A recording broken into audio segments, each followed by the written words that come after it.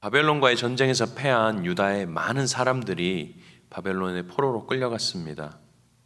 바벨론은 포로로 끌고 온 사람 중에 왕족과 귀족들을 골라내고 그 중에서도 준수한 청년들, 1장 4절에 있는 흠이 없고 용모가 아름답고 모든 지혜를 통찰하며 지식에 통달한 학문에 익숙한 준수한 청년들을 따로 뽑습니다. 그리고 그들을 일반 포로와 종이 아닌 바벨론 궁정의 관리가 되게 하는 교육을 받게 합니다. 다니엘과 세 친구들은 이러한 기준에 의해서 왕궁 관리가 되는 교육을 받게 됩니다. 이들에게는 대단히 특별한 음식들이 제공되었습니다. 그것은 왕이 먹는 음식과 왕이 마시는 포도주였습니다. 근데 오늘 본문 8절을 시작하면서 다니엘이 이 음식들을 거부하는 것을 볼 수 있습니다. 뜻을 정하여 왕의 음식과 그가 마시는 포도주로 자기를 더럽히지 않겠다라고 하는 결단을 내립니다. 오늘 말씀에서 왜 다니엘이 왕의 음식과 그가 마시는 포도주를 거부했는지가 대단히 중요합니다. 그 음식들이 도대체 무엇이길래 다니엘이 그 음식들을 먹지 않기로 결단했는지가 참 중요하다는 의미입니다. 우리가 이 본문들을 많이 들어보셨을 겁니다. 다니엘이 뜻을 정하여서 왕의 음식과 포도주를 먹지 아니하였더라 라는 본문을 들어보신 분들에게 익숙한 이유는 바로 이겁니다. 히브리인의 율법상 이 왕의 음식과 포도주들이 부정한 음식이었을 것이다 라는 이유입니다. 그렇습니다. 모세 율법에 의해서, 히브리인의 규정에 의해서 이 유대인들이 먹을 수 없는 음식들, 돼지고기라든지 어떤 피를 빼지 않은 고기 같은 것을 먹지 못하게 되어 있습니다. 그 이유에서 아마 다니엘이 이 음식들을 거부했을 것이다 라는 것은 많이 들어보셨을 거예요. 다니엘의 결단을 유대인 규례에 부정한 음식을 먹지 않음으로 자기를 더럽히지 않겠다는 것으로 보는 견해지요. 그런데 이것은 이렇게만 보기에는 조금 더 숨어있는 의미를 놓치는 부분이 생기는 것을 볼 수 있습니다. 우리 다니엘 10장 3절을 보면요, 고레스왕 밑에 있어. 오늘 21절에 고레스왕 원년까지 있으니라 라고 하죠. 다니엘 10장 3절 보면 고레스왕 밑에서 다니엘이 3주간 금식을 해요. 3주간 금식을 하는데 그때 금식할 때에 좋은 떡과 고기와 포도주를 입에 대지 아니하였다라고 해요. 무슨 말이냐면 금식을 하지 않을 때는 좋은 떡과 고기와 포도주를 다니엘이 먹었다라는 의미입니다. 그러면 느부갓네살 왕 때는 이 음식들이 부정해서 안 먹고 나중에 고레스 왕 때는 이 음식이 안 부정해서 먹고 이랬을까라는 의문을 가질 수가 있다는 거죠. 또 히브리인의 율법에는 포도주를 부정한 것으로 이야기하고 있지 않습니다. 그래서 오늘 두 번째 이유를 함께 좀 나누려고 합니다. 많은 학자들이 따라가고 있는 이유이기도 한데요. 왕의 음식과 그가 마시는 포도주의 의미가 우리에게 주는 의미는 이런 겁니다. 왕의 음식과 포도주는 말 그대로 왕궁에서 줄 수 있는 최상의 음식입니다. 이 음식은 원래 왕에게만 허락된 음식이지요. 이것을 먹는다는 것은 왕의 특별한 은총을 받는다는 의미입니다. 왕과 합하여 왕과 한 사람이 된다라는 의미예요. 왕의 음식과 포도주는 왕이 느부갓네살이 바벨론 왕이 은총으로 내려주신 것에 감사하며 그 기름짐과 부요함을 통해서 이전에 보다 더 수준 높은 삶을 살게 해준 이 느부갓네살 왕을 찬양하게 하려는 바벨론의 숨은 의도가 있는 음식이었습니다. 또 바벨론의 이 부요한 문화에 거부감 없이 쉽게 동화되게 하려는 의도가 담긴 음식이었죠. 하나님이 아닌 이 바벨론 왕이 주는 음식만으로 배가 부르고 행복한 사람들에게는 더 이상 하나님이 필요하지 않았기 때문입니다. 포로로 끌려와서 죽도록 고생할 줄 알았는데 이전에는 구경해보지 못한 진수성찬과 극상품의 포도주를 마시면서 따뜻한 잠자리와 선진 문화를 경험한 사람들은 이 포로의 땅에서 더 이상 하나님이 필요하지 않는 사람들이 된 거예요. 우리 지금 사는 풍요로운 젊은 세대를 보면요, 하나님을 갈망하는 마음이, 하나님 아니면 안 된다라고 하는 마음이 우리 이전 세대와는 비교도 못할 만큼 부족함을 많이 느끼는 게 현실입니다. 웬만큼 좋은 것, 웬만큼 재밌는 것 아니고는 아이들이 교회에 나올 이유가 전혀 없어요. 이전에는 교회에서 초코파이에 과자 한 봉지만 줘도 어때요? 즐거워서 따라 나와서 먹고 친구들하고 재밌게 놀았죠. 주일을 기다렸습니다. 그런데 그런 것들이 요새는 다 어디 있습니까? 집에 다 있어요. 교회에서 주는 음식보다, 교회에서 선물로 주는 장난감보다 더 좋은 게 집에 있어요. 교회에서 만나는 친구들보다 스마트폰으로 재밌는 거 보는 게 훨씬 즐겁습니다.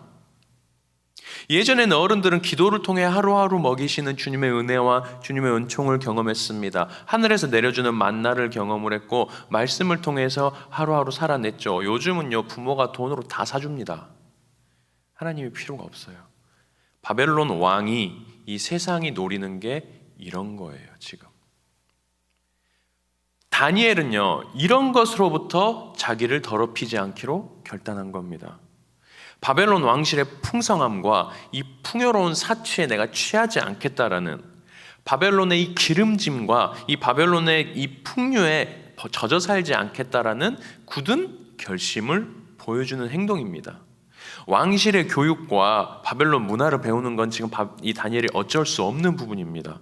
또 그것을 내가 배운다고 해서 하나님을 내가 떠나지 않겠다라는 것, 이것이 나를 하나님으로부터 분리하지 못한다는 건 다니엘이 알아요. 그리고 내가 이것을 공부해도 나는 하나님으로부터 더러워지지 않는다, 분리되지 않는다라는 것을 다니엘은 압니다. 그러나 다니엘 입장에서 신앙의 이 부분만큼은, 내가 이 먹고 마시는 부분만큼은 내가 하나님 앞에서 결단하리라. 하나님 없이는 배부른 상태가 되는 것은 내가 거절하리라. 내가 결단해 보리라 라고 남들과 달리 사는 방법을 선택한 겁니다. 또 오늘 다니엘의 결단은 우리가 금식 기도를 하는 이유와도 비슷합니다. 다니엘은 어떤 위기 상황에서 특별히 하나님 앞에서 어떤 절실하게 무엇인가를 구하고자 할 때 행했던 이 금식의 의미를 오늘 왕의 음식을 거부하는 것을 통해 나타냅니다. 3년 동안 이 음식을 먹어야 됩니다. 최상의 음식을 먹어야 돼요. 그런데 이 다니엘은 이 3년을 왕궁의 좋은 것으로 배불리는 시간이 아니라 자신의 신앙에 또 자신의 삶의 위기의 기간으로 다니엘이 받아들였다는 겁니다. 하나님의 도우심이 필요한, 내가 이곳에서 바벨론 사람처럼 동화되지 않기 위해서 하나님의 도우심과 나의 굳은 결단이 필요한 시기로 인식한 겁니다. 물론 그 길이 쉬운 길은 아니었습니다. 음식을 먹으라고 한 것이 왕의 명령이었기 때문입니다. 그럼에도 불구하고 다니엘은 남들과 다르게 살기로 결단합니다. 그리고 실행에 옮겨요. 오늘 본문을 보니까 먼저 교육을 관장하는 환관장을 찾아갑니다. 왕의 음식과 마시는 포도주를 제가 먹지 않겠습니다 라고 그렇게 해달라고 구해요. 환관장은요, 왕이 명령을 했고 자신이 책임질 수 없는 부분이기 때문에 그렇게 할 수 없다고 거절합니다. 그러나 다니엘은 여기서 포기하지 않아요. 환관장 밑에 자기와 친구들을 관리하는 이 감독관을 찾아가서 이렇게 얘기합니다. 10일 동안 채식과 물을 먹게 해서 시험해 보고 다른 사람보다 얼굴이 좋으면 계속 그렇게 해달라고 간청합니다. 감독관은 의외로 이 다니엘의 의견을 수용해요. 하나님이 길을 여신 거죠. 불가능한 일 아닙니까? 위에 더 높은 사람이 안 된다라고 했는데 그 중간 관리가 그래 그럼 그렇게 해봐라 라고 하는 건 불가능한 일이지요. 그러나 하나님이 일하신 겁니다. 10일 동안 시험삼아 채식과 물로만 먹여보니 과연 다니엘과 친구들의 얼굴이 다른 사람들보다 훨씬 좋습니다. 하나님이 일하여 주심이죠.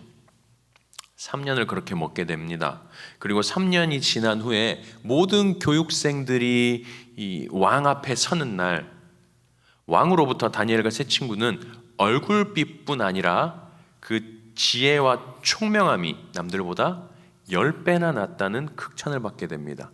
심지어 교육생들 안에서가 아니라 온 나라의 술객과 박수들하고 비교를 해봐도 10배나 낫다라고 하는 극찬을 받아요. 우리 때로 전혀 인과성이 없는데, 원인과 결과가 전혀 상관이 없는데 하나님이 그 마음의 중심을 보시고 일하실 때가 있습니다.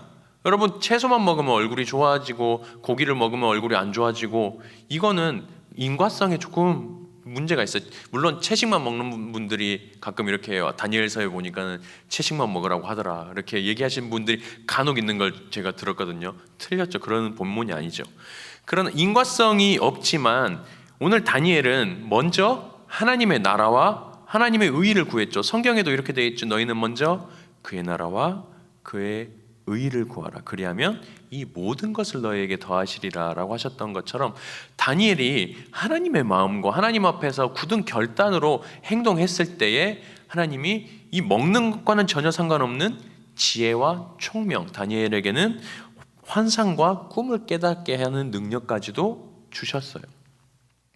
지금 그런데 그 자리에는요, 다니엘과 세 친구뿐 아니라 하나님의 나라였던 유다에서 끌려온 수많은 왕족과 귀족들이, 그 중에서도 준수한 청년들이 함께합니다. 다니엘과 세 친구만 있는 게 아니에요. 그런데 4절을 보니까 그 모두가 시작점은 다 똑같습니다. 모두 준수한 청년들이에요. 그렇죠. 그런데 마음을 지키고 신앙을 지키기 위해서 결단한 사람은 다니엘과 세 친구들 뿐이었습니다. 그 결단이 이 10배의 차이를 만들어낸다는 거예요. 같은 그리스도인이라도요, 주님 앞에 어떤 결단을 하느냐, 그 결단에 따라 어떤 행동을 하느냐에 따라 그 끝이 천차만별이라는 거예요. 누구는 세상이 주는 것에 끌려다니면서 자기가 세상의 종인지도 모르고 그리스도인의 정체성을 망각하고 사는 사람들이 많아요. 그러나 누구는 세상에서 인정받고 세상이 필요한 사람이 됩니다. 어떤 사람입니까? 하나님 앞에 마음과 중심을 지키기로 결단한 사람들. 말씀을 정리하려고 합니다. 우리 마태복음 4장과 누가복음 4장에, 공교롭게도 4장 4절, 4장 4절에 보면 금식하여 줄이신 주님에게 이 떡을 만들어 보라는 사탄의 시험이 기록되어 있습니다. 이때 주님이 신명기 8장 3절의 말씀을 가지고 이 사탄을 물리쳐냅니다. 우리 잘 아시는 이 말씀이죠.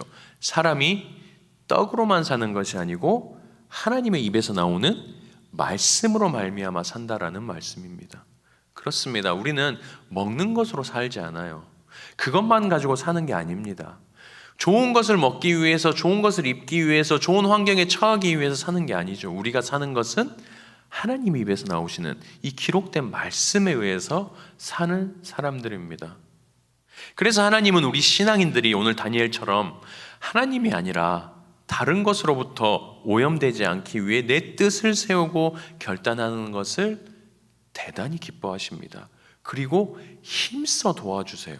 생각지도 못한 방법들로 일해 주시고, 생각지도 못했던, 내가 하나님께 구하지 않았던 것들까지도 하나님이 내게 채워주시는 것을 경험합니다.